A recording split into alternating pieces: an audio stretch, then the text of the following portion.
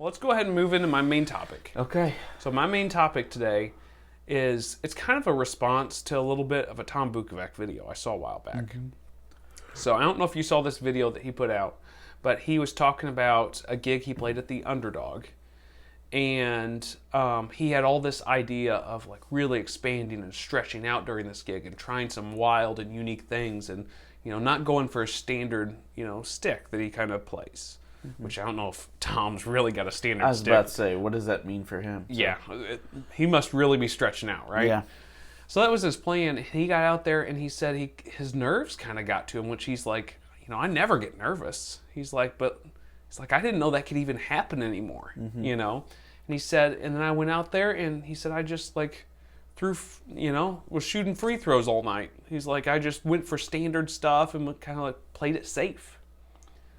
So, and then he kind of talked about that, YouTube and all these different places, people are posting people's videos all the time, so people are scared to kind of stretch out. And they play it too safe sometimes. Right. So are we playing it too safe in these live gig environments where we're worried about, where before you could kind of play something and maybe somebody had Polaroid pictures of it or whatever, a really bad home video of something. Mm-hmm. Are we playing it too safe at these gigs because we're so worried about, something being posted or somebody being there? It doesn't seem like a lot of people you see live are really stretching and kind of trying something unique. What's your thoughts on that? There's a lot of factors. I mean, so first of all, you got somebody who, let's say they only know the major minor scale or whatever, or the blues box, and that's just all they know. Obviously, they're going to play it safe because that's all they know, right? Mm-hmm. So, for those people out there that are kind of in that ballpark, I don't think it's fair to put them in that category. But playing it safe, I mean, I'm trying to think. When I play a show, yeah, I play it safe to like fit the song, especially the first. Like usually a song has like, a right after the bridge a solo or something, and then at the very end there's like an outro solo. Well, usually I try to play to the song as much as I can in that bridge, and then the outro, that's when I kind of let loose. So like for me, I hit the solo the first time pretty much on par, and I guess you could say I play it safe, and then at the very end I put my own spin on it. So it kind of fits in the ballpark. It serves the song, but I also get to try whatever I want to. I mean, that's just how I do it. I try to serve the song as much as I can. Does that mean I play it safe? I guess. That being said, for other people, like, I don't know. I think playing it safe depends on what your skill set already is. Does that make sense? Yeah, it makes sense. I think some of it depends on skill set, and I think some of it probably is song dependent and gig dependent. I play some gigs where I need to kind of follow the songs a lot, and I need to play pretty much how the songs are wrote. Right. But then when you're playing Sweet Child of Mine, you kind of have to hit that solo. Yeah, that's true. You know what I mean? Yeah, there's songs where it's got an iconic line or solo where you feel like you have to hit it. But then on those sections where it's time to stretch and time to do something different, do I really go and try to stretch a lot? Sometimes. I get very in the moment with music and like live performances. I think there's times where I'm really in the moment and I'm feeling like good about my playing. I feel like I've done well the last song or whatever for the earlier portion of the song. And then I feel like I can stretch a little bit more. Like my chops are together. I feel good. Right. And then sometimes like I have one flub. I miss one chord or whatever. My timing was off on something, or my groove does not feel right tonight. Something's off. My sound is off. My sound can totally affect that. Yeah, that's true.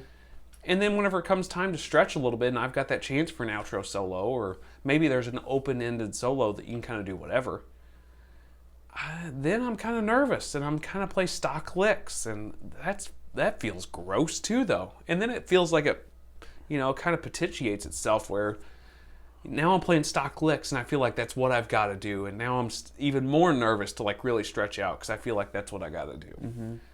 It's kind of a gross feeling, really. Yeah, I think, honestly, my play it safe is not giving space for the notes. Yeah. Does that make sense? Yeah. Like when I'm playing a solo out, like I have a hard time slowing myself down and saying let the song breathe a little. Yeah. You know what I mean?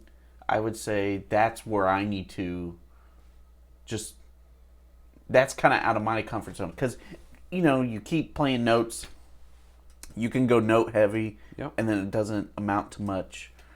So for me to play it safe is playing those notes. I think if I just took my time, that would be actually a good thing to get me out of my comfort zone. Yeah. But Do you worry about the YouTube stuff and the people posting? not me. I mean, no one's taking videos of me. Let's be honest. Like, we're playing local gigs. No one is gonna be out there, posting it to everybody saying, "Wow, look at this mess up." No, they're not going to be doing that. But there is the local guy that maybe he's posting it for his bar.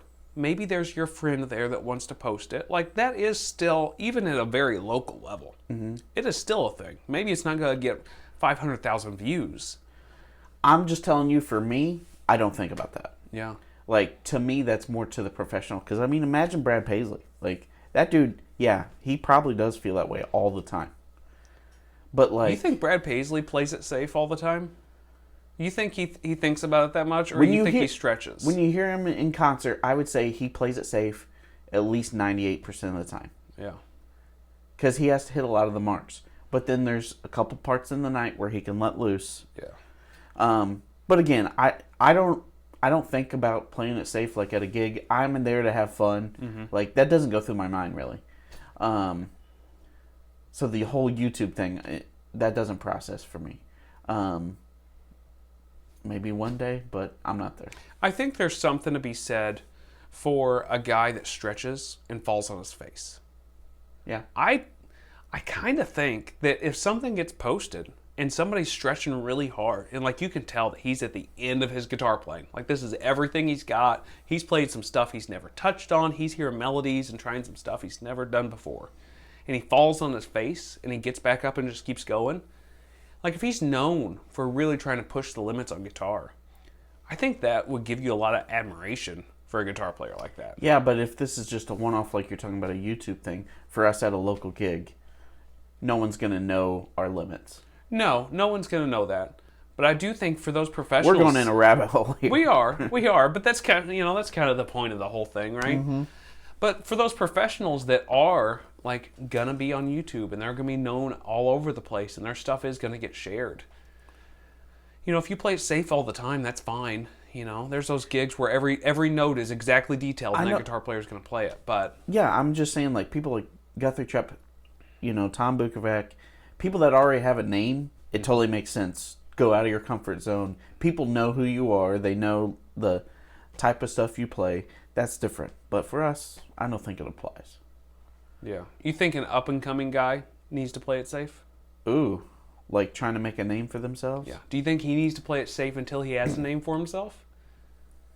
Because I think of players like Joe Bonamassa when he was coming up. I think you can't really, it depends on your style. Think about, was it John Osborne? It's Brothers Osborne guy. Yeah. To me, the stuff he plays is out there anyways. He plays some awesome stuff. But is that him technically playing it safe because he's used to playing those licks? I don't know. To me, he doesn't play it safe ever. But maybe if he's practiced it, rehearsed it, it is. Yeah. I think unique and playing it safe is very hard to tell the difference. Think about Phil X. Nothing he ever plays sounds safe. Ever. No. But in Bon Jovi, when he plays with Bon Jovi, He plays it safe. it's not that he's playing it safe, I don't think. I think he's playing those lead lines because they're iconic. You have to. Right? That kind of what we said at the beginning. You have to play those iconic lines. But then when it's time for him to stretch out, he goes on a full tangent. And he definitely goes wild. However, that's kind of his standard. So you don't know what is really stretching for him. We are getting in the weeds with this. That's kind of interesting to talk about, though. Yeah. And interesting to think about. I think that it would benefit a lot of us, local players and average musicians, to be out there playing, to probably try to stretch out a little bit more every chance we get. I also do want to say, just to end it, totally depends on your band and if you can play it safe. Yeah. You know what I mean? Like Yeah. if you have a really tight band and you know you can kind of go out of your bounds and it'll be all right, then that's a cool thing, right? Yeah. But sometimes you just don't have that option. Yeah, that's true. You want